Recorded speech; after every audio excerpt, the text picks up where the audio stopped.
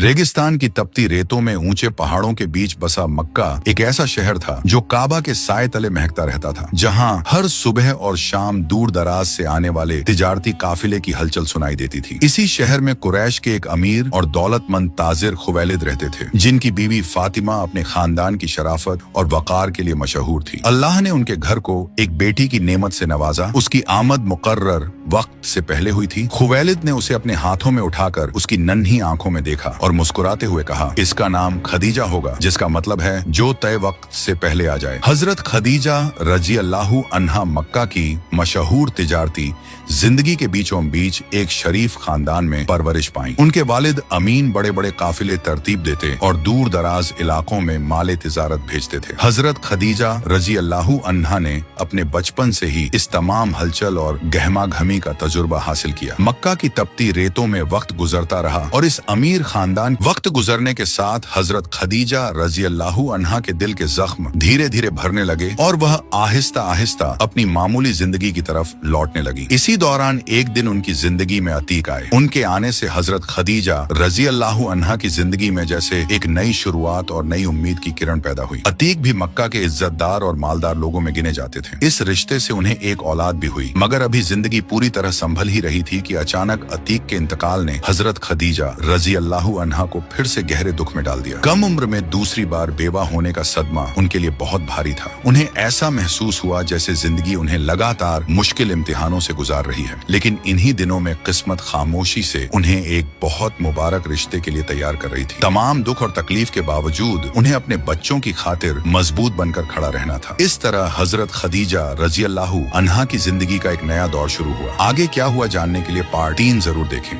एक तरफ शौहर की जुदाई का गम था और दूसरी तरफ अपने बच्चों की परवरिश की बड़ी जिम्मेदारी उनके कंधों पर आ गई। अभी उनके दिल के जख्म पूरी तरह भरे भी नहीं थे कि उन पर छोड़ी गई दौलत और तिजारती काफिलों की निगरानी की जिम्मेदारी भी आ गई। मगर अपने वालिद से सीखे हुए तजुर्बे की बदौलत उन्होंने कारोबार की कमान अपने हाथों में ले ली। वक्त के साथ हजरत खदीजा रजी अल्लाहु अन्हा एक ऐसी समझदार और कामयाब ताजिरा बन गई जिनका नाम तिजारत की दुनिया में इज्जत के साथ लिया जाने लगा। उनका कारोबार दमिश्क की मंडियों, यमन की बंदरगाहों और हिजाज के दूर दराज इलाकों तक फैल गया। कहा जाता था कि जो भी हजरत खदीजा रजी अल्लाहु अन्हा के साथ तिजारत करता उसे घाटा नहीं होता। इन्हीं दिनों हजरत खदीजा रजी अल्लाहु अन्हा दमिश्क की तरफ जाने वाले एक बड़े तिजारती काफिले की तैयारी में लगी हुई थी। ऊंट तैयार खड़े थे, सामान भी अच्छी तरह जमा दिया गया था और काफिला रवाना होने के लिए लगभग मुकम्मल तौर पर तैयार था। मगर अभी भी एक कमी बाकी थी, ऐसा सच्चा, भरोसेमंद और नेक इंसान जो इस काफिले की जिम्मेदारी संभाल सके। मक्का कुरैश के लोग इस नूरानी चेहरे वाले नौजवान को उनकी सच्चाई और बेहतरीन अखलाक की वजह से पहचानते थे। ये वही यतीम मोहम्मद सल्लल्लाहु अलैहि वसल्लम थे जिन्होंने बचपन में बकरियां चराई और तन्हाई में पहाड़ों के बीच बकरियों के झुंड की निगरानी की। अपने चचाओं के साथ तिजारती सफरों में शामिल होकर उन्होंने कारोबार की बारीकियों को भी अच्छी तरह समझ लिया था। रसूल अल्लाह सल्लल्लाहु अलैहि वसल्लम अपनी बात के पक्के, इंसाफ पसंद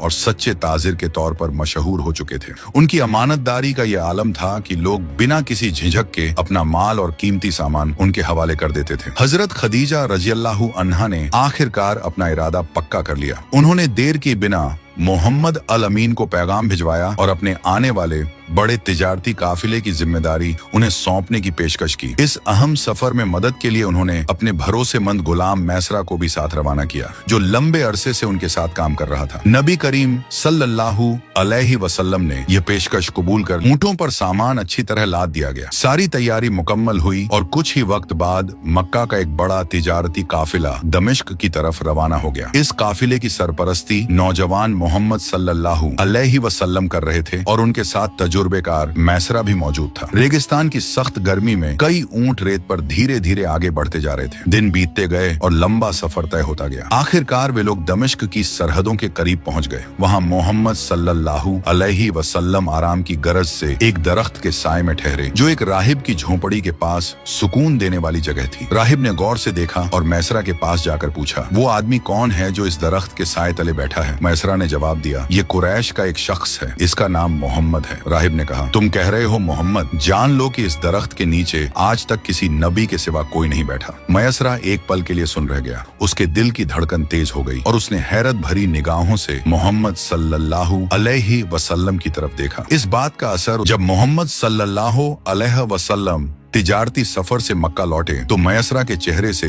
उसकी खुशी और जोश साफ झलक रहा था। उसने हजरत खदीजा रजी अल्लाहु अन्हा के सामने सिर्फ काफिले के मुनाफे का जिक्र नहीं किया, बल्कि सफर के दौरान जो कुछ उसने देखा, मोहम्मद सल्लल्लाहु अलैहि वसल्लम की सच्चाई, अमानतदारी और बेहतरीन अखलाक सब बयान कर दिया। इन बातों ने हजरत खदीजा रजी अल्लाहु अन्हा के दिल पर गहरा असर डाला। हजरत खदीजा रजी अल्लाहु अन्हा मक्का की एक इज्जतदार और मालदार खातून थी। बड़े बड़े खानदानों के लोग उनसे निकाह की ख्वाहिश रखते थे, लेकिन उन्होंने किसी की पेशकश कबूल नहीं की थी। जब उन्हें मोहम्मद सल्लल्लाहु अलैहि वसल्लम के अखलाक और भरोसेमंदी का यकीन हो गया तो हजरत खदीजा रजी अल्लाहु अन्हा ने निकाह की ख्वाहिश जाहिर की और इस काम के लिए उन्होंने अपनी भरोसेमंद सहेली नफीसा बिन्त मुनिया को उनके पास भेजा ताकि वह जाकर बात करें। नफीसा को जब मोहम्मद सल्लल्लाहु अलैहि वसल्लम से बात करने का मौका मिला तो उन्होंने अदब के साथ पूछा कि आप निकाह क्यों नहीं करते। मोहम्मद सल्लल्लाहु इस खुशखबरी के बाद मोहम्मद सल्लल्लाहु अलैहि वसल्लम ने इस मसले पर अपने चाचा अब्बू तालिब से मशविरा किया, वही जिन्होंने